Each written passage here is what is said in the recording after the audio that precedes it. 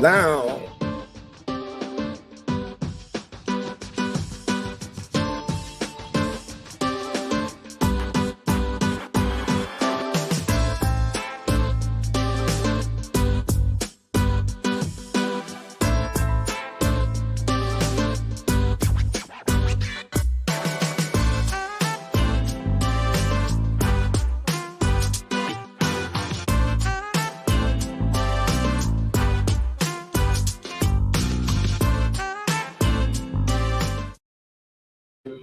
Welcome everyone to Eric and Linda live show, and I'm Eric.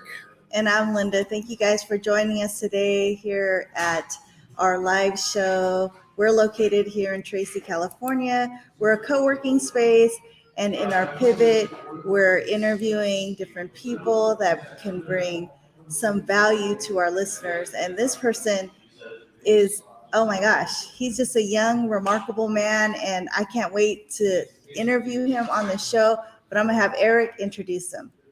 This gentleman was born and raised in San Francisco, all the way in the Bay. They call it the Yang, but it's but yeah, he's coming to us live. He has played in the league. He's played baseball. He went to USF, and he's also has a nonprofit doing some wonderful and great things in San Francisco. We'd like to welcome Stefan to our show. Hey. What's up, Stefan? Hey, I'm doing good. Good. Thanks for having me. Man. Yeah, welcome to our show. All the way from the Bay in San Francisco. Enjoying it, having fun. Yeah. San Francisco's pretty quiet right now, huh? Very quiet. Yeah, I think we just have even more restrictions that were put on us now. So yeah, it's like a lot of people inside. Wow. That's tough. I know for a lot of different businesses, and it can be challenging. So growing up in San Francisco, what was that like? I loved it. I mean, there's a lot of people who, when they bring up like being in a big city, they're just like, oh my gosh, that means you guys didn't get to go play or be outside. I'm like, nah, we did. We found ways to do it. I had my parents are awesome. They've been married for 50 years. So that was a big part of, that was a big part of my development. Was I had amazing parents, and they were super supportive. So it was like they would take me to the parks. I played to every game, to basketball, baseball, football, whatever. Like I was doing it all. Had my siblings were with me, and so I enjoyed it. Like I'm not the type that says, "Oh, you can't raise a kid in San Francisco." I'm like, I turned out pretty good. So yeah. Wow. You know, we always go to San Francisco, and I'm like, Eric, how would it be like if we lived in San Francisco and raised our kids in San Francisco? Yeah. And he says, Linda, you ask me that every time we come to San Francisco, and we go there all the time. Yeah, that's our little hangout. Get away from home, you know? Yeah. I mean, I live here, and I love it. So, I mean, I like the fact that there's diversity. There's a bunch of stuff to do all the time. I work with youth. So when teenagers are like, I'm bored, I'm like, how can you be bored here? There's always something to do. So I'm just like, you're not bored, you're lazy. So it must be a common thing because, I really think the kids out in our city, Tracy, there really isn't anything to do. And if they lived in the city, I'm sure they would find so much stuff to do. But maybe it's just an all-around thing that kids say. Yeah. I'm bored. They'd say it anyway. I just feel like kids are at a point where they just always are ungrateful sometimes. They're just like, it's a different type of kid these days. Yeah. That's true. That's true. Yeah. So you're the founder and the president of Ripple Effect. But I know we're going to talk about Ripple Effect and Ripple Effect 22. 20. Not Ripple Effect, right? Because Ripple Effect is something totally different. We're talking about Ripple Effect 22. Absolutely right. Yep. Absolutely right. But before we talk about Ripple Effects, tell us a little bit about, I know you played in the league. You played with the White Sox. You played with the Braves. You were the minor league player of the year. So that means you were slapping some balls, man, or doing a lot. Tell us about that. Yeah, that was fun. It's funny. It's one of those statistics or awards, I should say, that always makes me feel weird because they're like, "Wow, you're minor league player of the year," but what you do in the big leagues? I'm like, nothing. And so it's really good though. It was. I had a great time. I've learned I'm super blessed. That's all I can really say. Traveling, I've been able to see pretty much all 50 states, and I've been in different countries and played.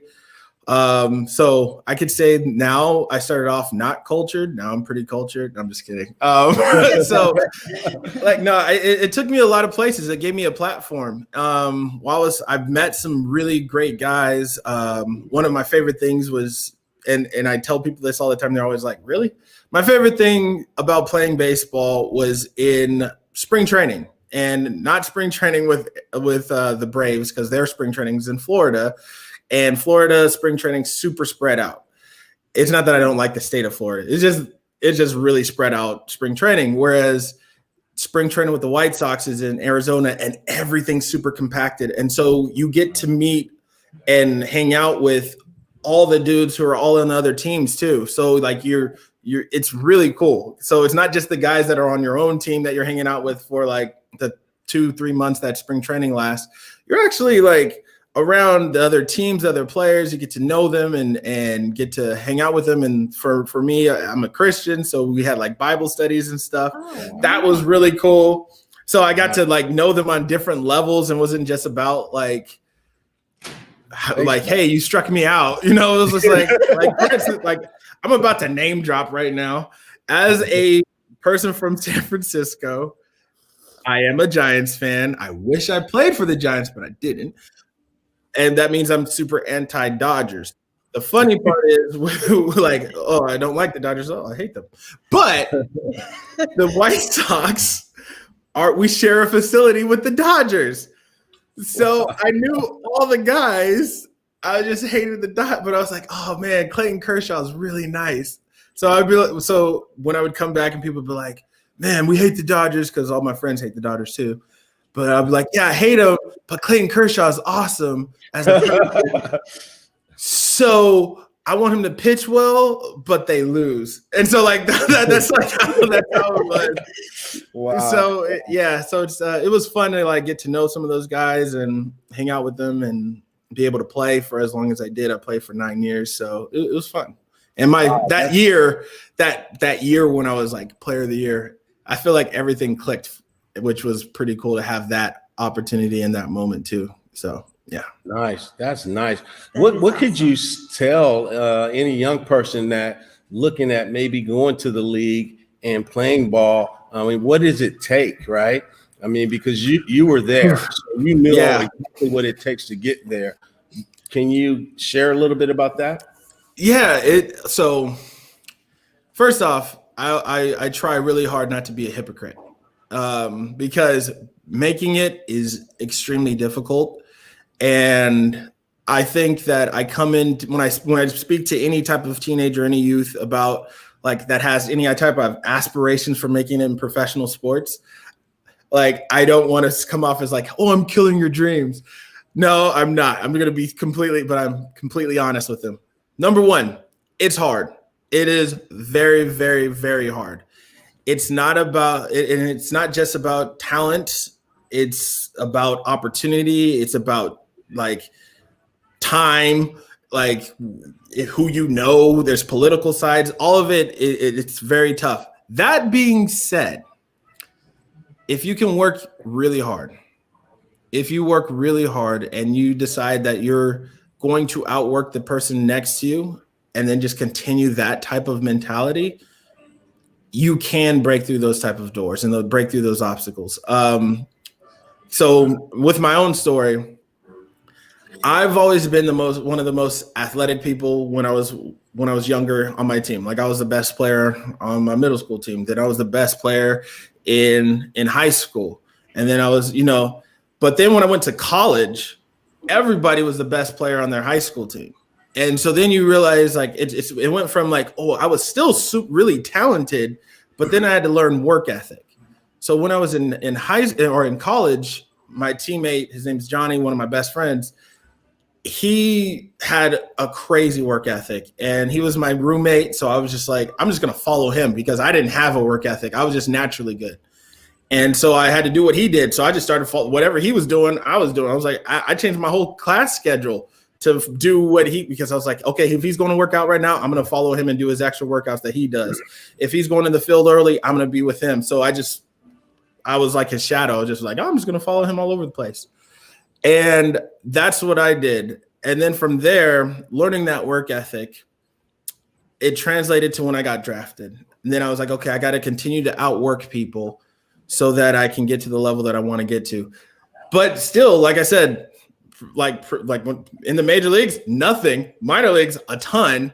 Major leagues barely did anything, because even with the work ethic, there's still time and opportunity and just the political side. So it's still tough, but you're going to learn so much from just working and building that work ethic, because the lessons that I learned in that process translate completely over to how I run this nonprofit.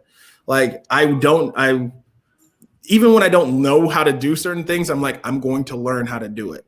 I'm not going to let that thing stop me. So like I've been told when I was younger, I was told plenty of times that the odds of me making it were so slim to none. Some of them were slightly racist in the sense that they're like, yo, you should play football. Football, you're big, you're black, you're athletic. Football's way easier.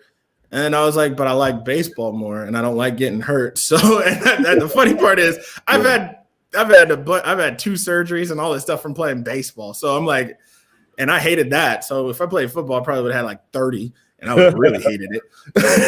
And so, like, I was like, I'm not a huge fan of pain, and I'm really good at baseball. So I'm gonna keep on working at this. But there's people who are just like, oh yeah, you can't make it. It's super hard. Why are you doing this? You're from the city. How many guys come from San Francisco that make it to the major leagues? And I'd be like, I don't know. Like, I know one, and I was like, maybe I can do the other. Hey, well, so yeah, that's my problem. You made it, right? And you can share that with others. I mean, I think that was a great example of work ethics, right? It's not as easy as some people think. I want to go to the league, and but it takes a lot of hard work. And with that hard work, you founded Ripple Effect 22. Yep. Yeah. So tell us about what Ripple Effect 22 and how that got started. Okay. So this is a fun story. I always I tell it because it's different. So like I said, first off, I founded this because it was an idea when I got, or more of a vision or a dream, because I was 16 years old, and I tell people this all the time. I don't know if I was awake and it was a vision, or if it was a dream because I was asleep in class. So kids, I'm sorry. I'll just be honest. Parents, I'm sorry. I fell asleep in class quite often. But it was, I had the vision of the name Ripple Effect. The 22 wasn't there yet. It was just Ripple Effect. And it was a program in which adult Christian mentors were able to work with teenagers and youth and help show them the processes of achieving a goal, which is to work in their career fields. And I was just like, cool, that sounds good. And I asked the teacher, I was like, hey, is there a program that does this? And they were like, no, I don't know any program that has that's a youth mentorship program that's based on the career paths or the profession of the mentor and the youth, and what the youth is interested in as well. I was like, I don't know that. And I was like, cool. They're like, yeah, you should start that. And remember, I was 16. I was like, okay. And I didn't do anything. So then I went to college, told one of my college coach and mentor, his name's Rigo Lopez. So shout out to Riggs. I was like, hey, Riggs, this is my idea. Like, what do you think? And he was like, that sounds like a great idea. You should definitely do that. Because he's like, yeah, I don't know any other program that does that. And I was like, all right, cool. And then I didn't do anything. and then I'm playing, I get drafted. I'm playing professional baseball at this time. And I have my agent. My agent's got like all these big name players. And so I'm like, all right. I tell him the idea. I'm like, okay, what do you think? And he goes, he goes, that sounds like a great idea. And he goes like, dude, he's like, when you get to that big free agent deal, we're going to set up this foundation. We're going to build up this equity and this money for it. And you're going to pay people to run it. He's like, it's going to be great. And I was like, yeah, it is. My whole idea was I'm going to pay people to do it. I don't want to do it. Y'all are going to do it. And I never got that huge contract. I got paid well, not the money, the amount to be able to be like, oh yeah, I'm just going to finance this entire nonprofit. And so it was just really funny because everything I was trying to do, I either put it off or I was trying to put it on to somebody else to do. And I was like, but I feel like God was like, this is what I gave you. Yeah. And so in 2015, I come back from my last year of playing. I didn't know it was my last year then. And I come back and my wife's like, hey, let's go to church, because I hadn't gone to church because of playing. Like I went to like chapel, I guess. But when you're playing, you don't really have time because there's games on Sundays and Wednesdays and all that stuff. So I show up, I go, and it ends up changing the trajectory of my life after that, just because pastors who don't know me, it was like this big, huge conference, people who we don't know that were at our church speaking, and it was like this big deal. They end up calling me and my wife up. They pray for us, prophesy, all sorts of stuff. And they start talking about the program, like, just like, hey, you're supposed to start a youth program. I was like, who told you this and what? And, you know, like, because I'm at a certain point, like, I know I'm a professional athlete. So there's like a Wikipedia page on, you know, all this stuff. I'm like, did you look me up? Like, and then I'm like, wait a minute, I don't say any of this stuff on Wikipedia. And I'm like, and so at first I'm like really skeptical of everything they're saying. And then I'm like, where are they getting this from? And after a while, like I tell people, like, I mean, there's a Bible character, Gideon, who had to take a ton of signs before he gets it. That's me. I'm hard-headed. So I was like, yeah, this isn't what I'm supposed to do. This isn't what I'm like. You gave me this talent and ability to play baseball. And then I had to learn that it wasn't about that. It was, I have a platform now in which I have zero training really in working with at-risk youth, that like in social justice stuff or anything. People should, like, for the most part, there's not a good reason for people to listen to me when I'm running a nonprofit, or even for the youth to pay attention to me, other than the fact that I play professional baseball, and they listen just because of that. They've created this platform. And now I get to do this. So in 2015, after all these signs and people just saying, like, this is what you're supposed to do, I'd say about a month or so after that, I retired from baseball and went full bore into just setting up this nonprofit. And it's crazy because just basically just being obedient, it commands a blessing, and it's just grown. And there's been some crazy stuff that's happened. And I've met people and done stuff that I don't understand why I'm doing it, or why they listen to me, or why they want me to do it. But I'm having fun, and it's just like, all right, cool. Helping people is a lot of fun, and it's more impactful than hitting home runs. That's I always say this is I get more fulfillment when I have that light bulb moment for when that, and I say that I call it the light bulb moment, when I'm talking to a youth and something happens and you can see it, that they're like, oh, I get it. And you've made that impact, and that light bulb, it just goes on. You're like, oh, they got it. And you're like, they got it. I get more fulfillment from that than any home run I've ever hit in my career. And I had over 130 of them. So like, yeah. So I get it, it's great. That's really good. You know, in your changing lives and generations, right? Because of your influence. I mean, and that's very impactful. And God brought you through that baseball so that you can be the influence, so that these kids can listen to you. We got a question here from Michelle. Who are some of the people that you work with? I work with Michelle Turner. So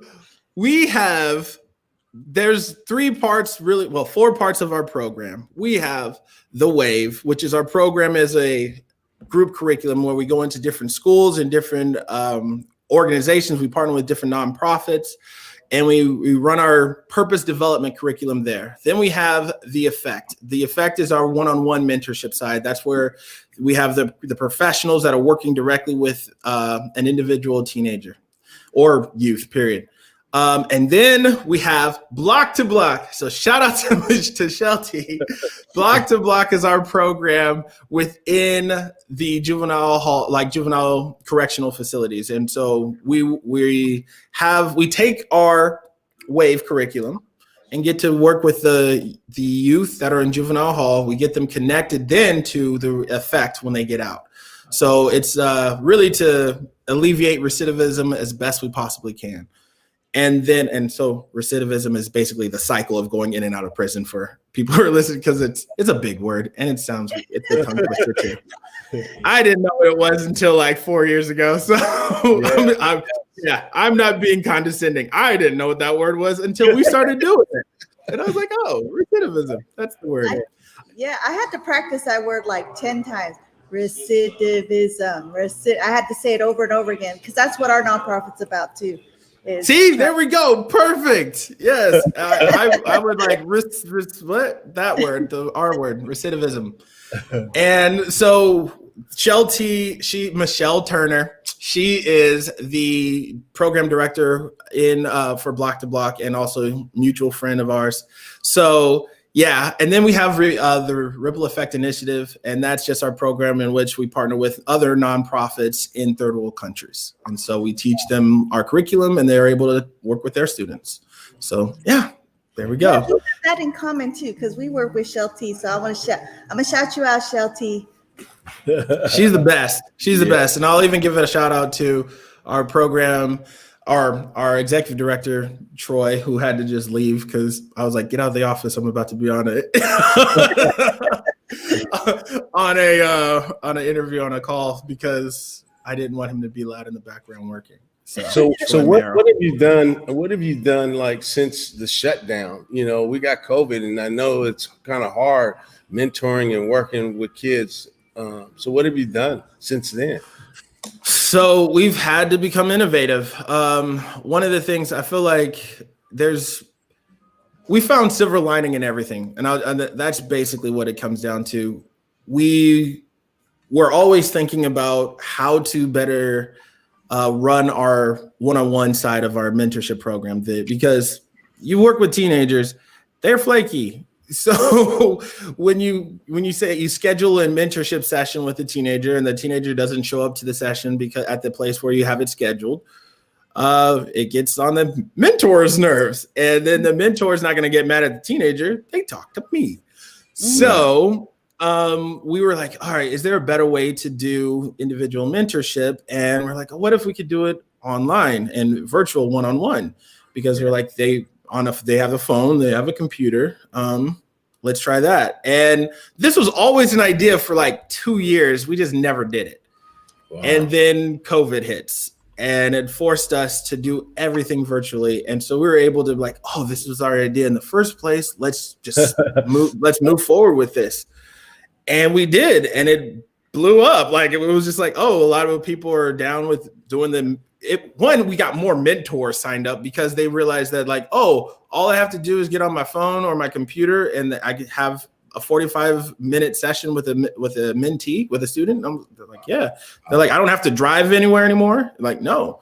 Like, oh, I don't like. And then for us, it was like, and accountability made it a lot easier because I'll say for Zoom, because that's what we use. Zoom records it, like, and then it transcribes it. So even accountability, we're able to be like, yeah, like you guys can't say or do anything stupid because we got it all right here. We got it all right here. Like, and that counts for the teenager as well as the mentor for the adult. We're like, hey, if they said you did something stupid, we got proof that you didn't, or we have proof that you did. So either way, so it was really good on that side. And then we're like, okay, we're going to use that. Can we do it in our group curriculums? And for the summer, we had our redefined camp. So this is, what side am I? There we go. Redefined. And so we did a redefined summer camp, and it was just basically about helping kids understand their identity in Christ, and through our own curriculum though too, because like we don't just work with Christian schools. We work secular, we work with everybody. So it was really cool to be like, hey, we were able to like toe this line. But then when we did our camp, we were like, okay, this one is more ministry based and ministry focused. Right. But we still had kids that were a part of our, like the secular side of our program, were a part of it. And we didn't hide it. And it went off great. We had over 60 kids that were a part of it online. So it was just like, whoa, okay. So then we just kept on doing stuff. And then we're like, hey, we're going to do this reveal workshop. We did a reveal workshop last Saturday. The reveal workshop is basically giving the opportunity for kids, parents, people, period, to meet the mentors, meet the ones that we have in our own program, because we have like a really good queue of mentors that we have database, and none of them get to see all of them, like unless you're doing the one-on-one stuff. So I was like, it'd be really cool just to let you guys speak and talk about your lives and your experiences and your career path, just like what I get to do all the time. And so we did that, and that went so well. The mentors were enjoying it, to the point where we were like, you know what? Instead of us like doing this for a select few, let's just start streaming this stuff and putting this up on our website. And so we're in the process of doing that, because we're like, I just think it's just really cool just to have this information given to the students and to just anybody who's wants to hear it and learn from it and make a bigger impact. Yeah, your reach becomes a lot farther virtually. And so how can students or youth sign up or get involved in the Ripple Effect? I like it, like, because if they just went to Ripple Effect, they'd be on a dragon boat racing team in San Francisco. So that'd be really fun.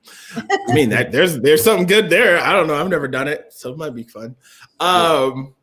So they can just either go online, rippleeffect22.org is right there. We have a student, like a Mentee application that they can click on. It goes straight through. It's like Google form is legit. It's great. It's super easy. They fill that out. They send it. I get an alert. I get to see it. And that's just like, it's easy. And we reach back out, or someone from our team will reach back out, talk to their parents. They have like a virtual orientation. And then we start the process of either connecting them with one of our groups that work within our group curriculum with the Wave, or they can go to the individual side, the Effect. And we pair them with a mentor there. So that one's the easiest way. Or we got Facebook, which teenagers don't go on apparently anymore. So then we have, Instagram, Twitter.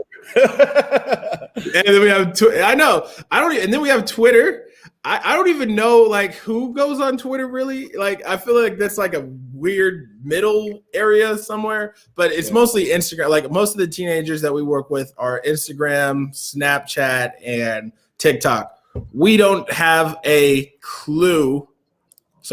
We don't have a clue what we do with Instagram, or not with Instagram, with Snapchat and TikTok. So I'm just like, I don't know how to use like what we're going to do this for. But so the best way would be Instagram. If you guys want to reach out and follow us that way for the teenagers. And then there's also our website. The funny part is what we've also learned, parents, I'm going to talk to the parents directly. Parents, your kids aren't going to follow through with it unless you're actually helping them with this. So parents, guardians, you guys can reach out first, because once you do it, then the students will be like, okay, this is something that we're going to be a part of. And so we want to build that relationship with y'all as well as the students. Absolutely. It takes a village. Yes, it does. So before we wrap up, I know that Ripple Effect 22 emphasizes on the 4 P's, right? Let's just talk about that. The 4 P's. Let's see. Okay. Purpose, plan, path, and why am I forgetting my other P? Pairing. All 4 of those P's. And yes, we got interns. Get an intern. My bad. I'm gonna get an intern. I see Shelty. She's like, shout out. We will get as many interns as possible. So we have purpose, plan, path, pair, path. So like I said in the very beginning, we believe that everyone here has a purpose. There's a purpose and plan for their life. The plan comes together with purpose. You understand what those are. The pairing is when we pair you with a mentor to help develop those plans for how you get onto the correct pathway to achieve those goals. We just believe that is super important. One of the things that Shelty and I talk about a lot is better opportunities lead to better choices, and better choices lead to better opportunities. So we want to just create these pathways for these youth our slogan is empower them into purpose, and we want to empower them into their purpose. And it's not about us, it's about them. And we just don't know. The kid that we speak with could be someone that makes a bigger ripple, and then there's another ripple. It's just individual ripples all over, and hopefully they turn into a tidal wave, and it just changes the world. That's really good. That is powerful. That is, man. Well, thank you, man. We appreciate you for being a part of our show, and thanks for making a difference, globally, because we over in Guyana, we're not just in San Francisco. You're making a difference. And now with the virtual stuff, you're reaching people all across the country. And, we just want to say thank you for being a part of our show. And thank you for making a difference and change in these young people's lives, because there's a lot of young people who need people like yourself to guide them and put them on the path, because they all have a purpose and in their lives. And if they don't have someone to keep them on that right track, they can easily fall off. And yes, so you're doing some great work. Thank you. Oh, and if anybody wants to be a mentor, that's also another thing. Because it's not just me. It's not just worldwide. Me. Yes. Worldwide.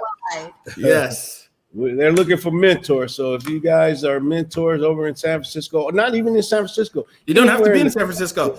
That's the best part about the virtual. Man, that's powerful. They're looking for you. So they go to the website to do that as well?